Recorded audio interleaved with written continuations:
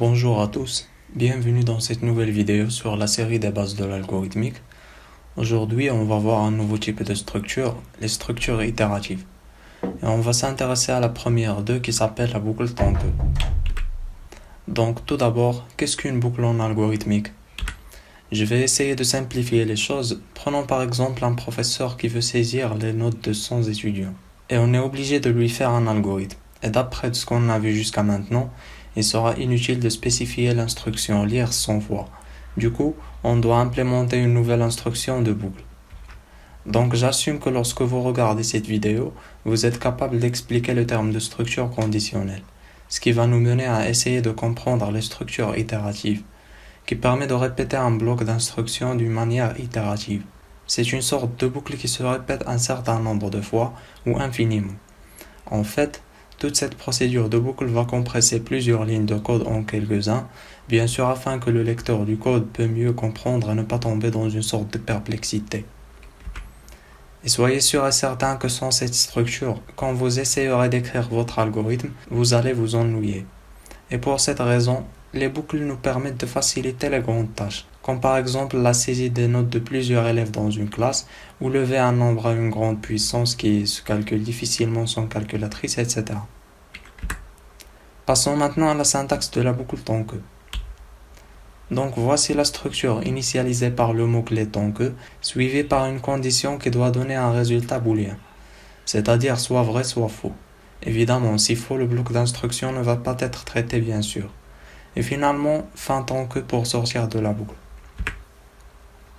Maintenant, on va voir quelque chose de très important, qui s'appelle le compteur.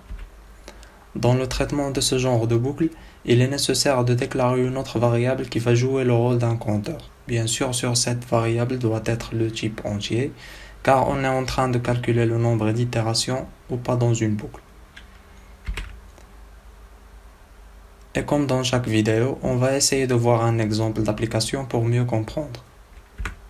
La consigne d'aujourd'hui est de faire un algorithme qui affiche les 5 nombres suivis après un entier entré par l'utilisateur. Je pense que l'énoncé n'est pas trop clair, donc j'ai réalisé ce petit schéma qui donne un exemple. Sur l'écran, l'utilisateur va voir un message qui lui dit « Veuillez entrer un nombre ». Puis il entre le nombre 5, et ensuite il va voir les 5 numéros qui suivent 5, c'est-à-dire 6, 7, 8, 9 et 10. Alors maintenant qu'on a bien compris l'énoncé, commençons à le résoudre.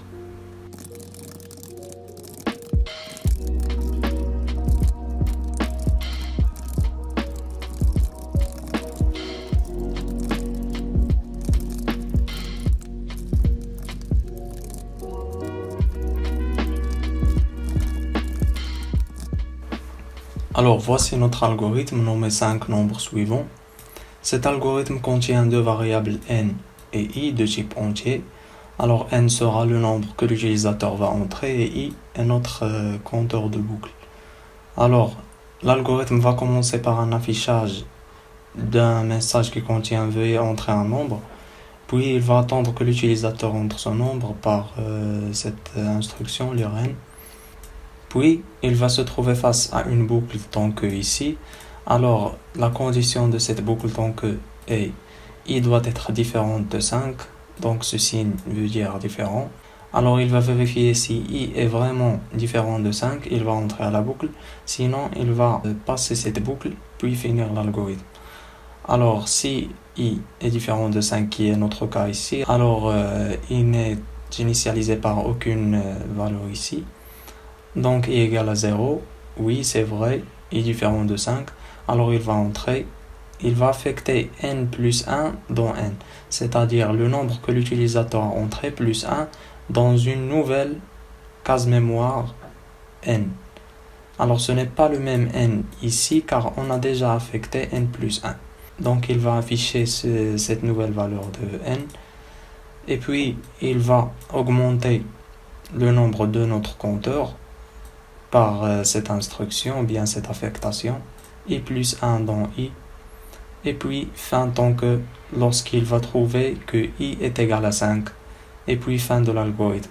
Alors pour mieux expliquer cet exemple, je vais vous donner des nombres. Alors comme par exemple notre présentation, je vous ai dit que l'utilisateur a entré le numéro 5.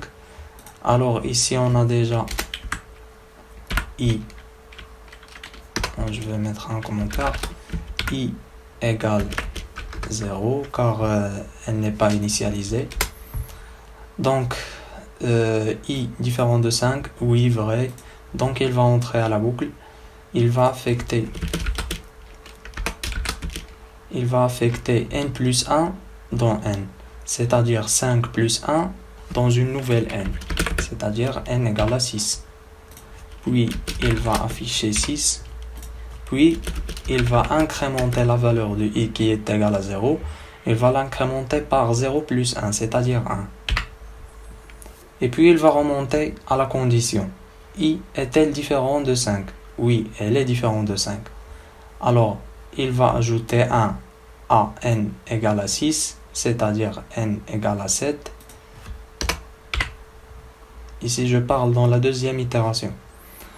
Donc, il va afficher 7, puis il va affecter la valeur ancienne de i plus 1, c'est-à-dire 1 plus 1, i égale à 2. I, elle est différente de 5, oui, et il va continuer jusqu'à ce qu'il trouve que i est égal à 5, puis il va sortir de la boucle tant que par cette instruction fin tant que, et puis fin de l'algorithme. Donc la vidéo d'aujourd'hui va terminer ici. J'espère que vous avez compris. Essayez de s'exercer sur des exemples sur Google pour mieux comprendre, et revoir la vidéo si vous encore rencontrez des problèmes concernant la boucle tant que. N'oubliez pas de s'abonner sur la chaîne et activer la cloche pour recevoir des notifications lorsque je poste des nouvelles vidéos. Merci et à la prochaine.